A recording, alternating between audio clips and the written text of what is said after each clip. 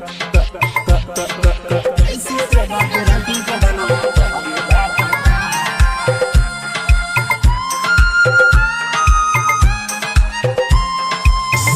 मोर बहरे बहन मनवा लागता, सैया मोर बहरे बहन मनवा लागता। कैसे जोगा के राखी जो बनवा बहरे भागता रे सखी, कैसे जोगा के राखी जो बनवा चोली से कूदता।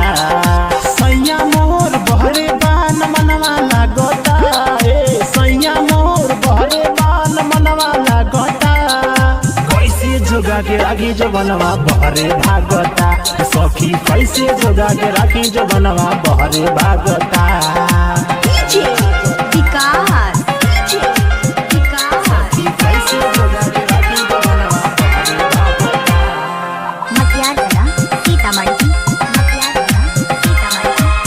कके बियाह सखी गइल बा छोड़ के, एको ना काठा खेत गइल बा कोड़ के।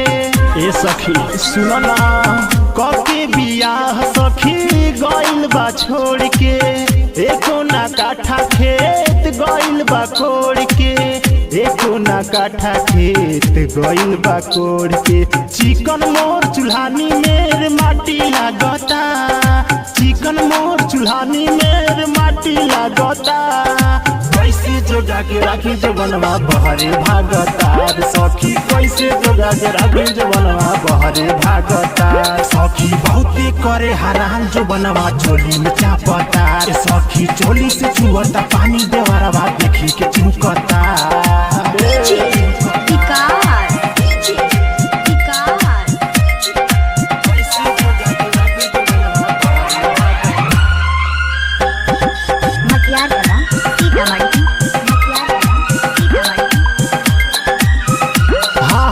सखी हो हमार अभी छोटा बा देवारा, पाकल ना काचे बावे वो कर घेवारा। ये सखी बहुत छोट बा, सखी हो हमार अभी छोटा बा देवारा, पाकल ना काचे बावे वो कर घेवारा। पाकल ना काचे बावे वो कर घेवारा। करिले माना तो नीचे से झाकता, करिले माना तो नीचे से झाकता। सखी कैसे जोगा के राखी जो बनवा बहरे भागता सखी, कैसे जोगा के राखी जो बनवा बहरे भागता।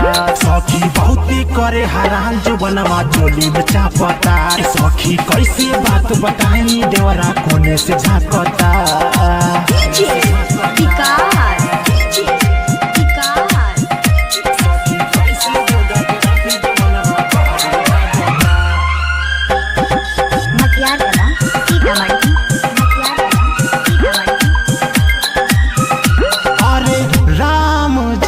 प्रमोद अनिल बनाम हो, गतरे गतर चंदन टूटे अलंग हो।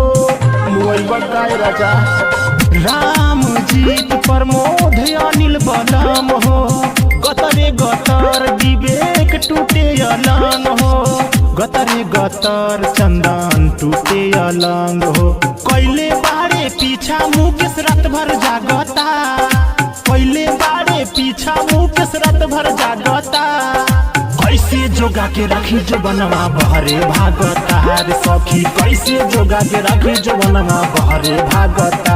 ए सैया मोर बहरे बान मनवा लागता, सैया मोर बहरे बान मनवा लागता। कैसे जोगा के राखी जो बनवा बहरे भागता रे सखी, कैसे जोगा के राखी जो बनवा बहरे भागता।